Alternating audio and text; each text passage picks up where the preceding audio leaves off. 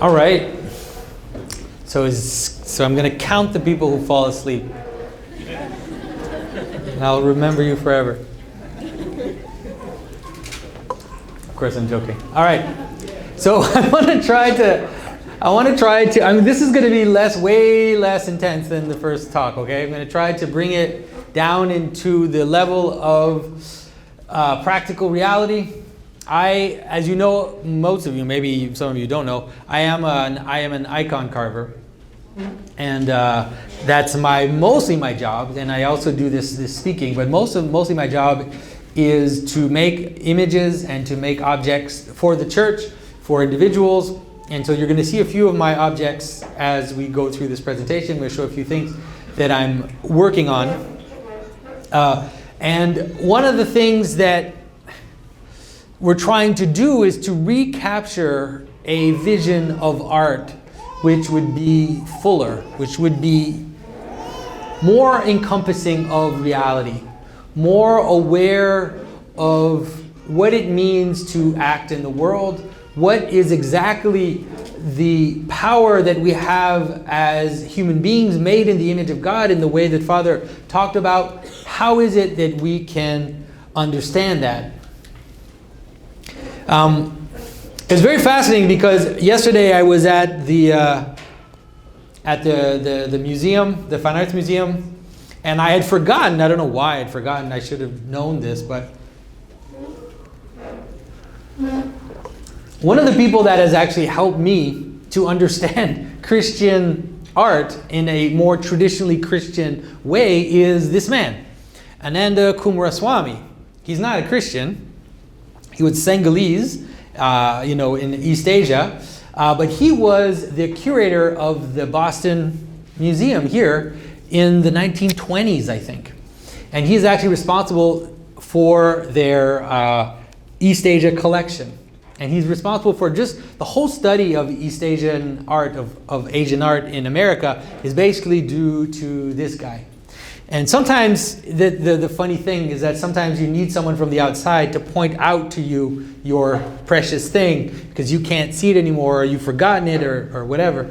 And Coomaraswamy tried to bring back the notion of art the way that the medievals understood it, the way that the traditional Christians understood it. And art, even in Latin, the word art means well fitted together. Something which is well put together. And so when we think about art today, we think of art as objects, right? So that's art, this is not art, all of that type of attitude. We go to a museum to see art, we buy art, put it up on our walls. That is not at all the traditional way of understanding art. Coomaraswamy always said, the art remains in the artist. That is, art is the capacity that a person has, an artisan, to fit things well together. And in the image of what Father told us this morning, that is how you could understand the role of the human being with others, is to have the capacity to fit things well together. That is what we have been given as a capacity, and that is, let's say, what we're called to do. And when things are well fitted together, you can imagine this as an image even of the body of the church. That's exactly how St. Paul describes the church, as the body well fitted together in love. That is how communion exists. That is how the world becomes peace. All of these things is when things are well fitted together, when things are all in their proper place and are all brought together in love. And that is ultimately what the artist can do. And when we think about it that way, we realize that anybody can be an artist. Coomaraswamy has the great quote. He says, right, the artist is not a special kind of man, but every man is a special kind of artist. That is, that all the things that we do, even in the ancient world, when we talk about the art of cheesemaking, or the art of rhetoric, or the art of this and the art of that. This is what I'm trying to get back to, is the capacity to fit things well together. And so if you're if you're anything, if you're a baker, you can put together a cake in a beautiful manner, right? You can bring the elements together and reveal the cake to us.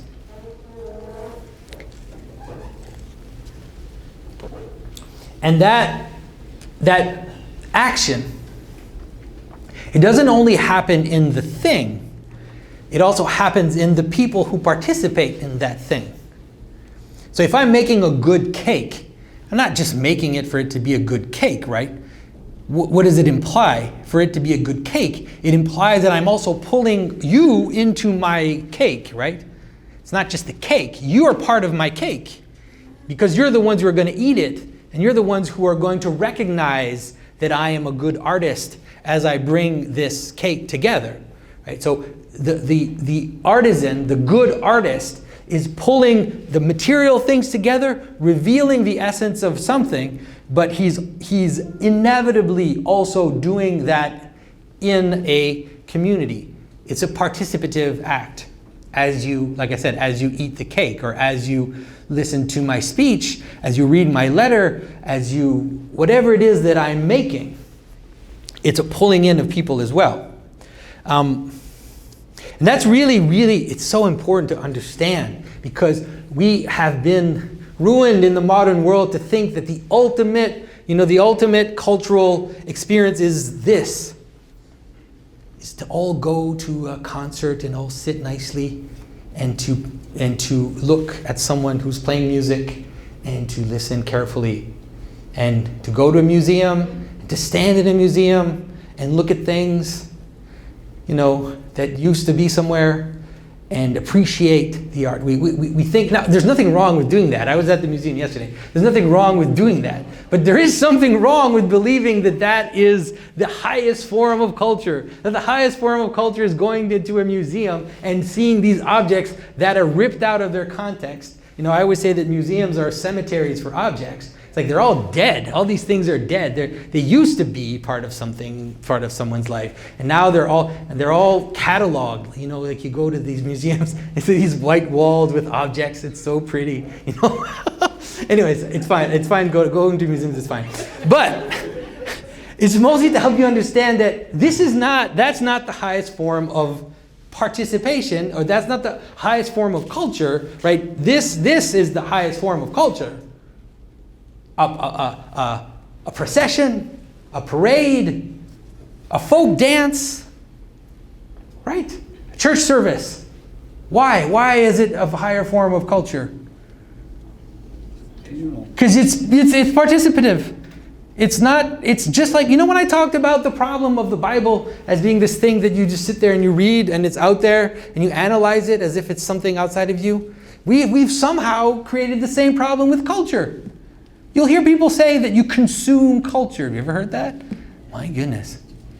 Well, we do, right? We watch Netflix, we go to the movies. It's fine. Like I said, there's nothing wrong with that. But entertainment is not the highest form of art. Entertainment is not the highest form of culture. Participation is the highest form of culture. And so how do we do this? I want to read you just one little quote from Martin Heidegger. If you want to also understand this vision of art, Heidegger wrote a little text called Questions Concerning Technology. It's a great little text. And he used the word technology, but in the ancient world, that the word for technology and the word for art, as we understand it today, was just the same. The word techne. It's just, when I talked about how applied knowledge, well, whether you apply it to making a painting, whether you apply it to building a cart, it's both art. Right? There is no, the weird difference that we've created between art and technology, and the weird difference we've created between high art and popular art, all of these distinctions are extremely nefarious for our understanding of how to participate in reality. And these are some of the things that we're trying to break down. The solution that we're proposing, I'm going to show you some artists, myself and other artists that are trying to do this, is we are trying to break down the very presupposition of art. The proposition of this pattern that I'm telling you about, the proposition in a way of sacred art in its understanding as participative art, right now it's the most radical thing you can do. So I'm going to show you some of the things, and I'm going to encourage some of the artists to think, because we always need more people to get involved in this. So Heidegger talks about how techne, or art, is a form of truth, a form of unveiling. And he says, whoever builds a house or a ship or forges a sacrificial chalice reveals what is to be brought forth. Okay, so it's an act of revealing. This revealing gathers together in advance the aspect and the matter of the ship or the house. Right? A house at first is not a house, it's two things. It's a plan, and it's a bunch of pieces of wood. So you have something invisible, a pattern, then you have a bunch of stuff. And what you want to do is you want to connect those two together. Right? So it gathers in advance the aspect and the matter of the ship or house with a view to the finished thing envisioned as completed.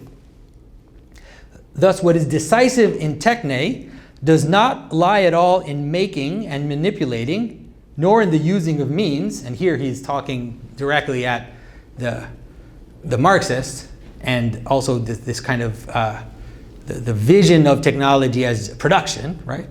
So that's not the point, but it's rather the revealing of the thing that is being brought together, right? And it is as revealing and not as manufacturing that techne is a bringing forth.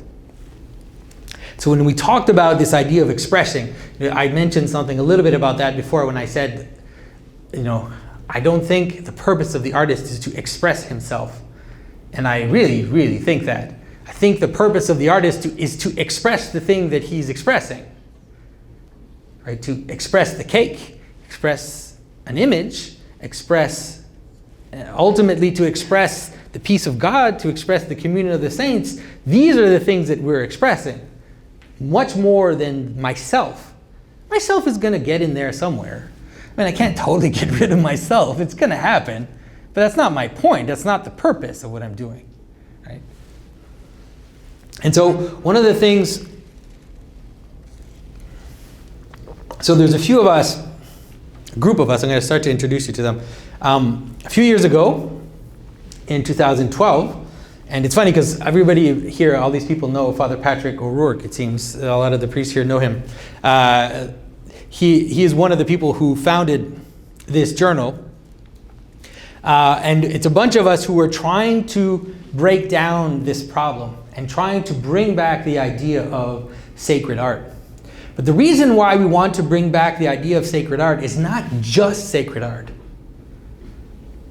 We want to get the highest possible. So what's the highest thing you can express? Yeah. Not directly. Indirectly, let's say. Express the glory of God. That's the highest thing. That's the highest thing you can celebrate in art is God. Let's say it that way. The highest thing you can celebrate in art is God. That's the top. The highest form of art is liturgical art because it is in the service, in the worship, in the communion of all those who are worshiping God. And so it has to start there. And that's what we're trying to do, trying to recapture, reinvigorate the sacred art. But what you're going to see is that we also believe that once that happens, I talked about going up to the top and then filling up the world. But you have to get to the top. You have to fix the top thing first. And then the rest is going to flow out of that. So this is a friend of mine. His name is Andrew Gould. He's an architect in Charleston. I would encourage that you check him out. He's becoming quite famous in the recent months. There was a book written about him just last year, published by Yale on It's called Charleston Fancy, and it talks about these architects who are trying to rethink the city and to rethink urban areas. And that's where we have to start. As a carver, and as someone who draws and paints and writes stories, I still have to acknowledge that the highest art is architecture. It is the most important art in terms of human fabrication, because, and it's so important that we forget it. That's how important it is. It's so important that we don't realize that architecture defines the very spaces of our life. It defines what we consider inside, what we consider outside. It defines the basic categories of human existence are defined by architecture. Right? Just the idea of inside and outside is one of the most basic structures of all human thinking, and architecture is making you participate in that. It's the highest form of art because it's also participative. It's the most participative. You live inside these buildings. You worship in these buildings. You work in these buildings. It's the very frame of your world. So you go into a building and you look at a painting on the wall, and that's fine, but you couldn't do that without the building. And so the degrading of architecture is one of the biggest scandals, way bigger than Picasso's stuff or Marcel Duchamp's ready-mades or whatever it is surrealists came up with. The degrading of architecture, the strip malls, the horrible urban planning, the highways, the electric wires going above our streets, that is the cancer of the modern world, way more than any bad concert that you could attend, right? Because it is the very, very frame of our existence. So that's what has to be fixed first. And so Andrew has mastered Byzantine architecture, also Western medieval architecture, Gothic, but then all Western architecture really. So he makes churches. This is his church in Charleston. He's made several churches. If you're ever in Charleston, it's really one of the most beautiful places, I think, in America, this church. It's very simple, but it's very powerful. But he also makes houses. But if you really want to see my friend Andrew Gould shine, you have to visit the beer store. It's the most magical place that you'll ever be, because it really looks like a beer store. He has actually manifested the essence of the beer store. And so it's this amazing timber frame building, and with turned shelves and post architecture, and there's a skylight and an opening in the floor, and people go in there and they're going in to buy beer, and they don't want to leave. They just want to stay there. And so there's something, right? There's something of actually Byzantine architecture in this thing, right? It's not a church, obviously. No one could confuse this for a church. But he's gotten a little bit of something which makes a space special. And he's adapted it to a beer store, right? And so he has the most beautiful beer store in America. So Andrew and we also work together. Here is a shrine that we did for the Holy Russian family. And you can see the reliquary. I carved the icon in the reliquary.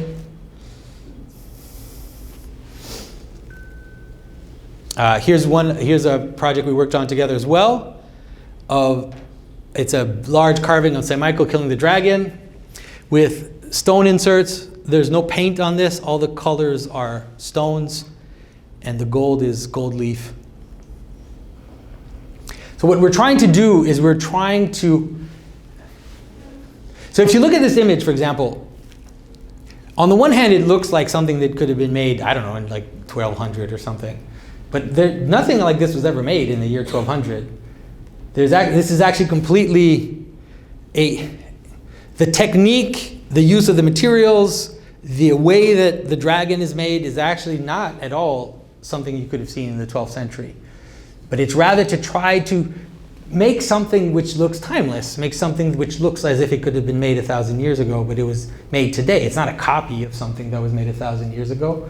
That is a mistake that a lot of iconographers even today make, is they do just want to make copies of the old time. It's like you can do that, but you also want to actually master the language rather than just make copies. If you master the language, you can make new objects that aren't just copies, but that look as if you'd seen them before.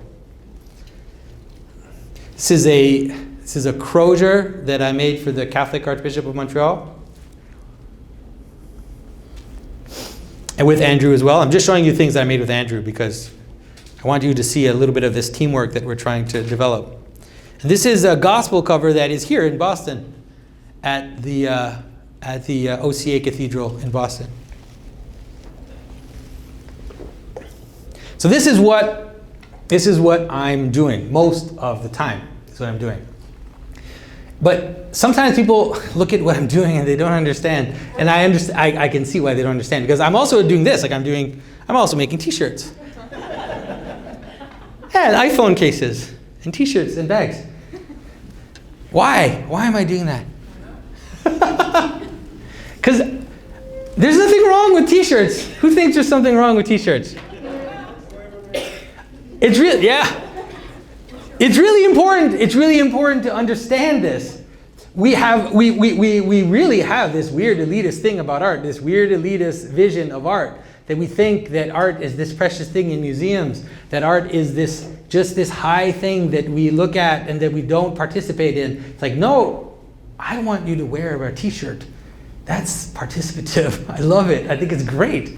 I'm not going to put my icon on the T-shirt, right? I'm going to create something for the T-shirt. Right? And some of the images that I tend to use are images of protection. So a griffin, you have an angel, you have Alexander the Great. These outer images, those are the ones that I tend to use for T-shirts. But all based on the understanding that I gained from making the liturgical art. The idea is if you're gonna wear a T-shirt, because you are, I might as well wear a T-shirt that is connected somehow to something higher. And I also I really mock. I'm kind of mocking the entertainment world, but there's nothing wrong with entertainment. I don't think there's anything wrong with entertainment. If you go to my YouTube channel, you'll see that I interpret movies. I do all that stuff. There's nothing wrong with these things. It's only about things being in their proper place, right? Like if a priest went into the altar wearing one of my T-shirts, I would physically eject him if I could, right? I'm not, it's only about things being in the right place in the world. Once you start to think in hierarchies, then a lot of things start to break in your mind. So one of the things I'm doing is I'm writing a comic book.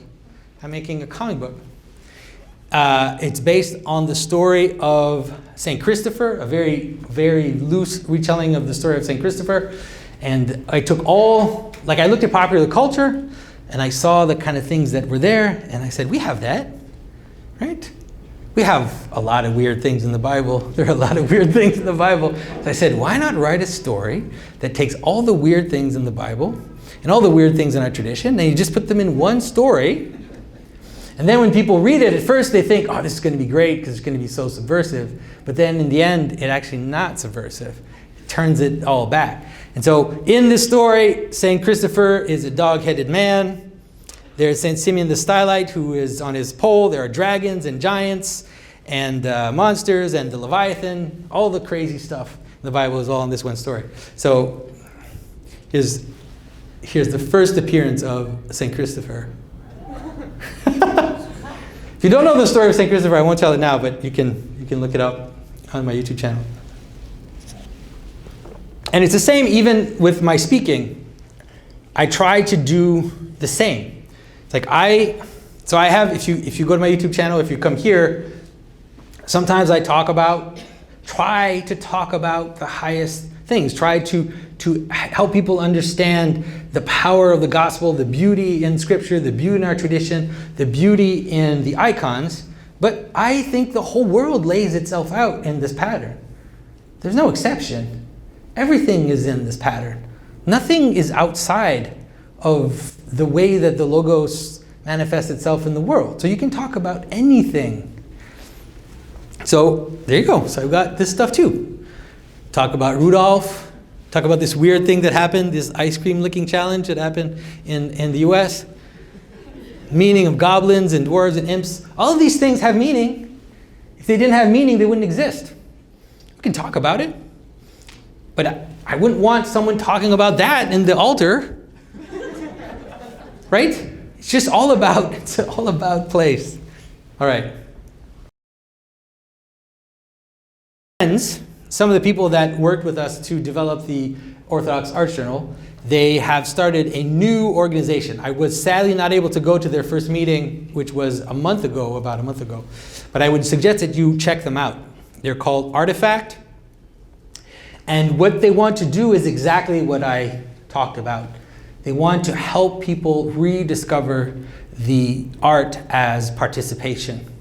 And so they are organizing events. They're going to organize trainings. They're going to also have publications, which are going to try to bring back. So if you look at their description, it says liturgy, visual arts, music, literature, architecture, storytelling, craft, and conviviality.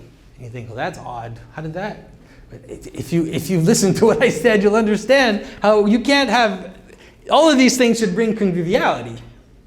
But that's what the point of the whole thing. All of this should bring communion. All of this should bring togetherness. That's what art is actually for, right? So that if I make something powerful and you recognize it and you participate in it, then we are linked together. And so they are organizing singing. They're teaching classes on how to receive people, things that we used to do but no one does anymore. How to receive people, how to organize an event, a party at your house. How do you receive people? How can you do that in a way that will encourage people to come together? That's an art. It's not arbitrary.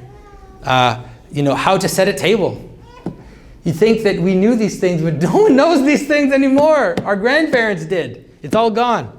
And so trying to rekindle these skills that we used to have that are slowly dying. The skill of singing together, singing folk songs, telling stories, telling folk stories, telling your own story. How do you tell the story so that it's gripping, so that it's useful for the person you're telling the story to?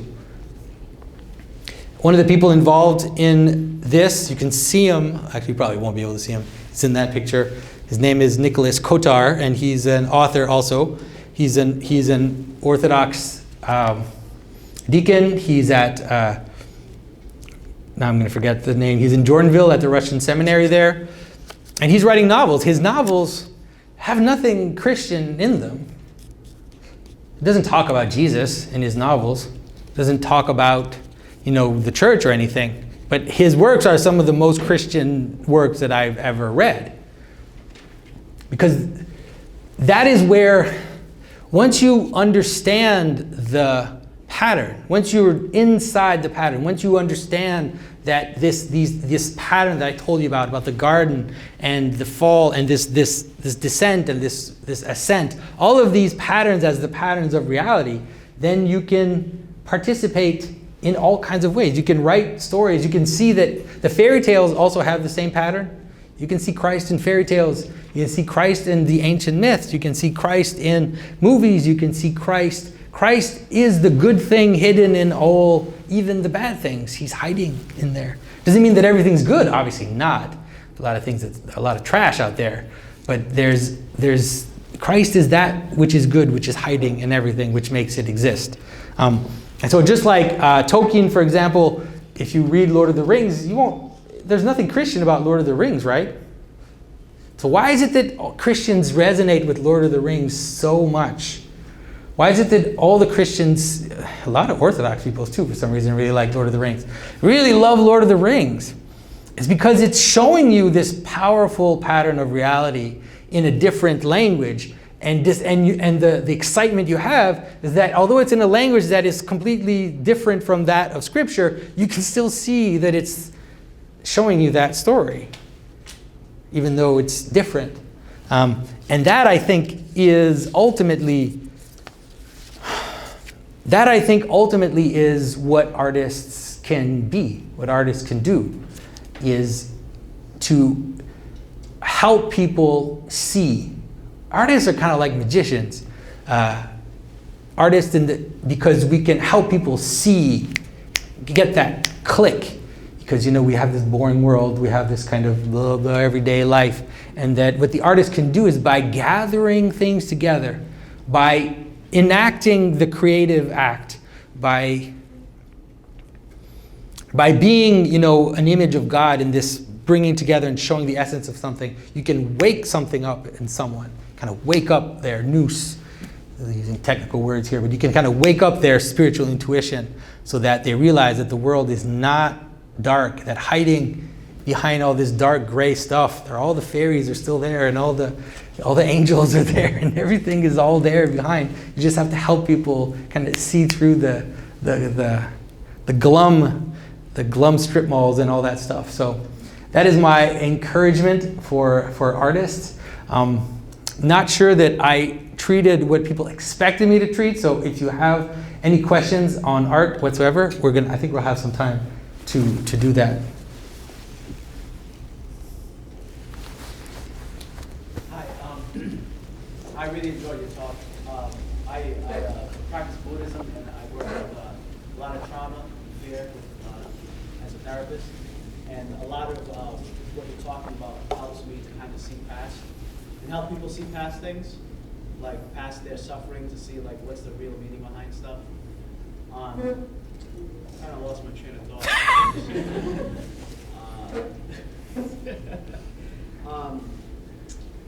So I was going to ask you about like art, when you're making art. So like for me as a therapist, that's my art. I'm doing art. So I'm doing therapy, and I'm talking about myself at some point, and I start to get countertransference, right? Like I feel upset, I get angry, right? So like when you're doing art, like do you feel like depending on what you're doing, you get like different messages or different like feelings, or like I know this is kind of a complex one, but it's like, do you feel like for yourself, like, oh, this is made, and I feel like I made this for God? The whole feelings thing is really complicated because there's an aspect of reality. Okay, let's put it this way. There's an aspect of reality which is just objective, in the sense that it actually has nothing to do with me. And there's an aspect of reality which also includes, let's say, my own personal spiritual path, let's say. So a good way to understand it is, if you have a priest in the church and he baptized you, and then you find out later that the priest was a crook and the priest was cheating on his wife or whatever, that doesn't invalidate the sacraments. The sacraments are valid. It doesn't matter if the priest was an idiot. Okay? And there's an aspect to art which is like that too, which is there are moments in my, let's say, practice of carving icons where I just feel like I am totally connected, and that I'm in tune, and that I'm in communion with the saint that I'm representing, and that I'm in communion with the person who is asking me to make the saint, that I somehow feel like I'm making this image for them, and that it's going to participate in their spiritual life, and I can be aware of all of this as I'm doing it, and so it can really be a little epiphany, let's say. But the weird thing about it that doesn't mean that those are going to be the best icons that I make. There are some times when it's the opposite, when I'm fighting with my wife, or I have financial problems, and I'm like, and my mind is just turning, and I'm not at all in a good place spiritually. And then someone will look at my icon and say, "Oh, there's so much grace in that icon." I'm like, "That's not me. That's not me." And so I think that it's both. I think that it depends. I think we're vehicles. We can be vehicles for God's grace, even though we're not there. And then we thank God for all the moments that we can, and we can really participate in that process. So. Thank you.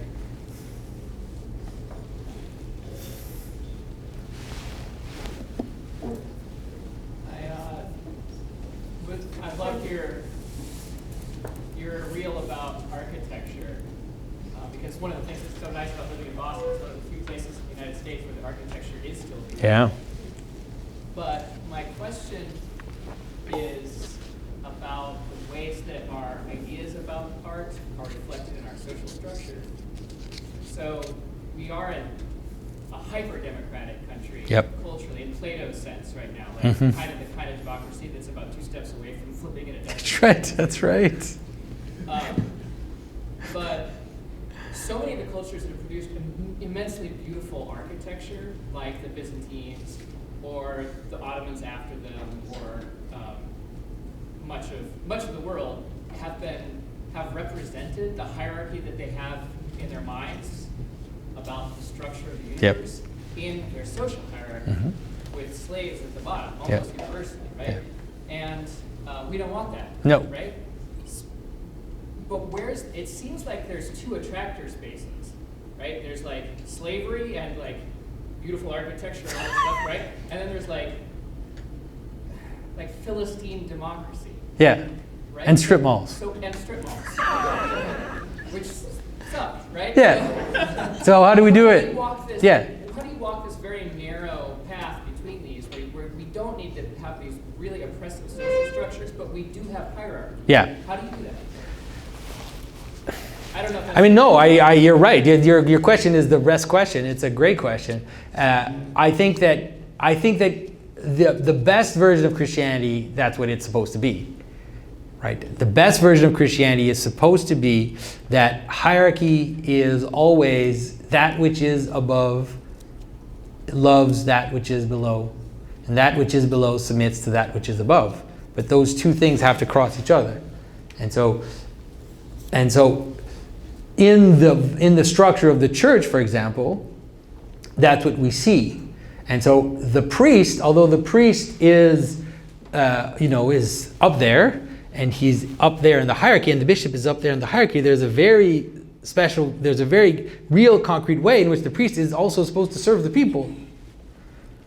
Right? He's there also to serve the people who come. Right? He listens to their confession. He pastors them. He marries them. So it's not just an authority in the sense of this, of this top-down thing, but it's rather this exchange of love and authority that will give that world. Now, obviously, you might say, and maybe it would be true, that it's never happened completely, and there's always been it always kind of goes up and down, and it manifests one more or the other. But I do think that is what Christianity is supposed to be.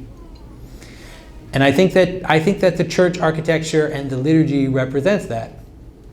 Because, for example, in the Orthodox tradition, we can't have a priest who says the Mass alone. There has to be amen. If there's no amen, there's no liturgy.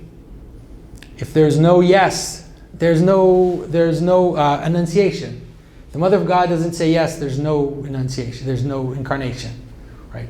And so that is when we talked about the call and response, Father talked a little bit about that in terms of antiphonal singing. That's also a part of it. There's this, we still have it now in the prokimenons and all this, where it's like there's this call and this response, and it's this back and forth between the authority and the people are dancing together in this communal manner.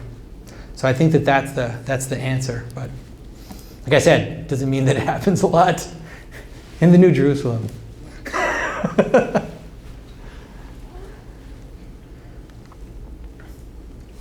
Yeah. I really enjoyed this part of the talk. I was really looking forward to this one. I did in my degree, I did like theater, so I've done that a lot, like kind of all musicals, whatever, improv, all that stuff. And and you touched on it a little bit, but I was wondering if you could like maybe talk a little bit more about how you balance like using your imagination, right? Because writing books like Song of this Year and Curse, like all these things, like, obviously he's using his of imagination, course, and having Saint Christopher with a dog head, like that's fantastic, but like how do you balance imagination with faith, right? Yeah. Like so you're not going all imagination and like maybe going a little too far one way or the other, you know what I mean? So, No, I think that it's just about, I hate to say it's hierarchy again, but I'm gonna have to tell you it's hierarchy again. It's just about having things in service of other things. So our human capacities, the imagination included, is something which can be put to the service of God and manifest higher things. Or it can also be prideful and want to show its own genius and to show its own capacity to be smart and to be witty. And so it just really just depends on how it's used, on how which way it's directed. That's what I would say. Do you think there's any art that's like so far outside of the Overton window, like as far as how it's structured, that it should almost be dismissed? I'm thinking of stories with like maybe sympathetic kind of anti-heroes, or gratuitous violence. Okay, so this is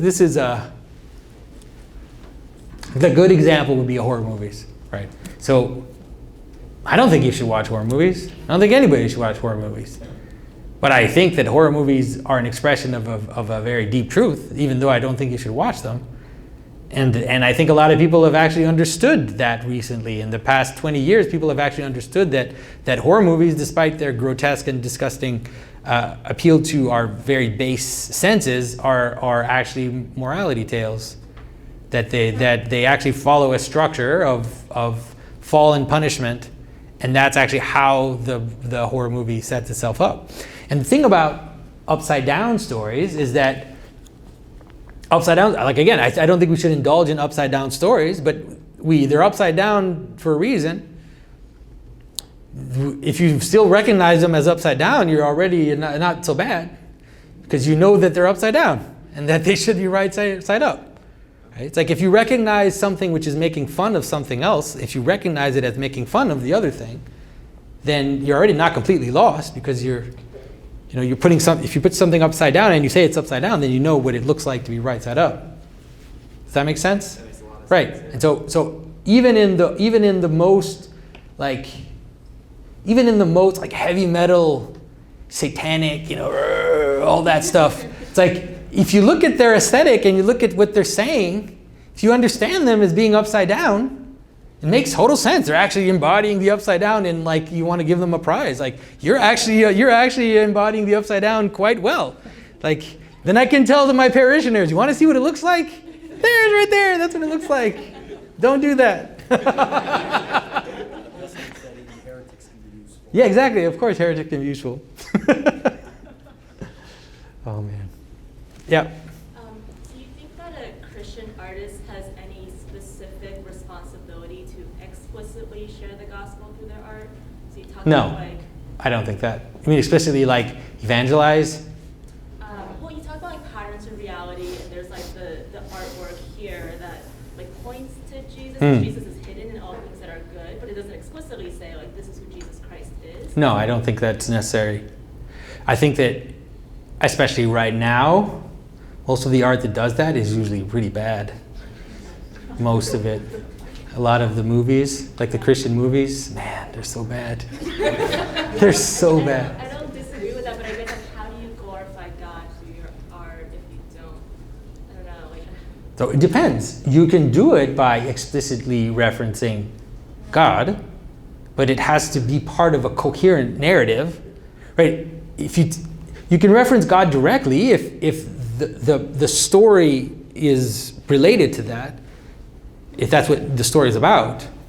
But you don't necessarily, if it's not, then you don't have to. And when I talk about art, if you're painting beautiful borders in the church, those beautiful borders are not explicitly they're not explicitly showing you Christ, even in the church. Right? If I put a griffin on the outside of the church or on the iconostasis, that griffin is not directly showing us Christ. it's like there's a hierarchy, and depending in which place it is. I think that a lot of fairy tales and a lot of folk tales are closer to showing us Christ than a lot of the Christian novels, and because they actually embody the pattern in a very organic and understood manner. So no, I don't think so. But you can, you know. Can you repeat that question? She said, do you think that Christian artists should explicitly reference Christ in their art in order to be Christian artists? And my answer was no, not necessarily. It just depends what you're doing. But if you can, and if you want, like a good, if you read some of the Russian novelists, for example, we're talking about novels, like if you read Dostoevsky, like, yeah, my goodness. I mean, he does it with supreme excellence. I mean, he can write a story where, you know, there is direct reference to Jesus Christ and direct reference to the mystery, and talking about the incarnation and talking about the problem of evil and all that, and he does it like that. There's no criticism. But not everybody can do that. You know, not everybody does that too. Yeah. I have a question. Yep. Do you think in your art, especially when you show Jesus Christ, that you should show him for how he was described in the Bible? I mean, like, constantly we always see these images, but I feel like we see images that represent the majority or people who are in power. We don't really see Jesus represented as how he was and is in the Bible. I think the way that I could answer that is that the way that the church works is that the church receives the tradition, and the church says yes to a tradition. And in the beginning of the church, there was actually several ways of representing Christ. There were really two. There was one which was to show Christ as a kind of Apollo figure, like curly hair and kind of Adonis-looking figure. And then there was a tradition to show him looking like a Nazarene, which is, and he's directly described by Eusebius as this idea of looking like a Nazarene, which is long beard, long hair. And that's the tradition that was received and accepted by the church. And so now, when we show Christ, we show him in that manner. From, I would say, the first tradition persisted a few centuries, but for sure, I would say by the 7th, 8th century, it was pretty much everywhere in the world Christ was represented the same way. From Spain to Syria to Ireland to wherever, Christ was represented with having a beard, longish hair, wearing two vestments, one vestment on top and one vestment underneath. And that really became kind of the universal tradition until maybe the Renaissance. Yeah, there are images, it's crazy. Like there are images from Syrian images from the 4th, 5th century. There's that famous image in the 6th century, the image of Christ at Sinai. If you've ever seen it, you can see one of Christ's eyes is kind of looking to the side. That image was isolated, like it was in Sinai. It's not like everybody could see it. But you see an image from the 14th century in Constantinople, and it looks like they copied that image. Like, how did that happen? It means that there was a language. There was a language that was preserved and was transmitted, and this image of Christ is the one that was received by the church. Does that make it right? Let's be real. I want you to answer the question directly, please. Let's not go side to side. So how would you represent him? As a brown or black man. Not like what I see here. Yeah. Tell me, Yeah, I don't know if that's how Christ is described in Scripture. I don't know which aspect, where you're referring to when you say that, but I think that. I can add to it. Yeah. I think what she's saying is that if you say there's an image of God and the only image a black person sees is a white image, that affects that person's mind. But Right? I don't So understand. Yeah. Right, but I'm not Yeah. going to add into a fight. I'm trying to fix it. Is that we should be looking, like you said, like if I got baptized by a priest and he ended up penetrating a boy, I still got baptized by God, right? So if I got God, but somebody wants to colonize people, I still got God. No, I'm saying like, Yeah. Well, I think that the question, let's say, like you have to understand it, like the idea that Christ is white, it's very odd. It's just an odd way. It's just not the way the ancients thought. They just didn't think in those categories. So it's a very modern problem to think like that Jesus was white. Already, like for the Romans, I mean, Jesus was a Jew. He wasn't a Roman. He looked Syrian. If you look at the images of Christ, the early images, he looked like a kind of Syrian guy. And people would just didn't think about that. If you go to Ethiopia and you look at Ethiopian traditions of representations of Christ, like their pigment is darker than the pigments that are used by Byzantines or by Northern Europeans, and that's fine. It's not a problem. But it's also not an issue for the Christians. Like it's a modern issue. It's not an ancient issue. It's something that comes with modern politics and modern kind of problems that are real. I'm not saying that they're not real problems. They're real, but it's just not the categories that were used by the ancient people. They just didn't think in those terms. That's how I see it. Yeah. Thank you, John. The idea of timeless art, is that the highest form, would you say? Timeless? Yeah. Well, the longer it lasts, the better it is, right? In terms of, the longer it lasts, in terms of the longer you can recognize reality in it, it means it's coming closer to something, because that's just for art. It's the same for everything, right? It's the same. It's like if you make a shirt, and you can wear that shirt for one season, and then if you wear it next season, you look like a complete idiot because the fashion is gone. Then you've missed the major pattern. You might have rode this extreme kind of excitement of the titillating of the new, but you've missed the basic pattern. So you can create something which was still recognized as having value in 100 years, and it means you're closer to something real. Does that make sense? Yeah. Sorry. When we talk about patterns of reality and these things where you're finding sort of the Christian pattern in various phenomena, all those phenomena seem to be human things in culture, politics, and all of this kind of thing. I'm wondering what you would think about maybe somebody who would respond by saying that there's a difference between nature and convention, and that we find this pattern again and again in convention, but that's just because it responds to some sort of human longing, and that's not necessarily a reality, that there's no reason to think that our desire for this sort of thing, which might be best expressed by the Christian story, corresponds to something that you could actually find in the world outside of convention. Well, that whole idea of convention is a really funny concept. I don't know how people come to that concept. Like, where does the convention come from?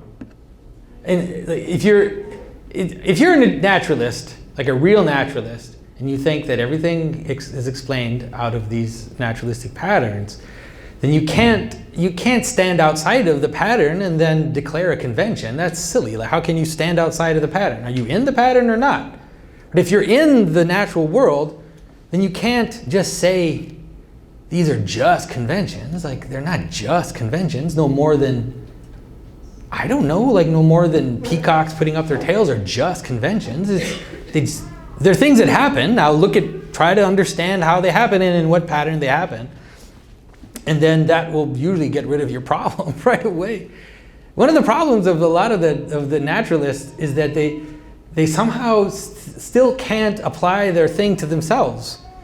Once you flip that back, it's really interesting, by the way. Once you flip it back, once you take the scientific perception and you actually turn it back on on yourself, then things get really wobbly, really fast. Things start to get very strange. And what comes out of it ends up looking more like a traditional worldview than the kind of let's say, kind of usual scientific worldview where the scientist somehow stands above the world for somehow is not in phenomena and can analyze it without being in it. It's like, no, you can't do that. You're in phenomena too. And it starts to turn. So that, to me, that question is meaningless. It's totally meaningless when someone says it's just convention. It's like, okay, well, why do we have those conventions? Let's keep pressing. Just so that society would work better? Yes. All right. So society would work better. Why do we want society to work better?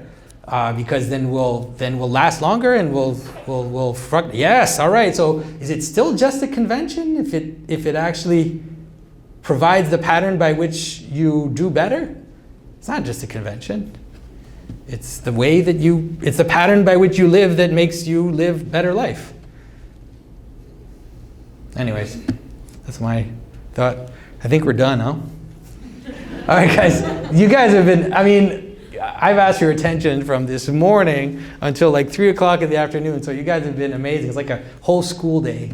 So thanks for coming and paying attention. I appreciate it.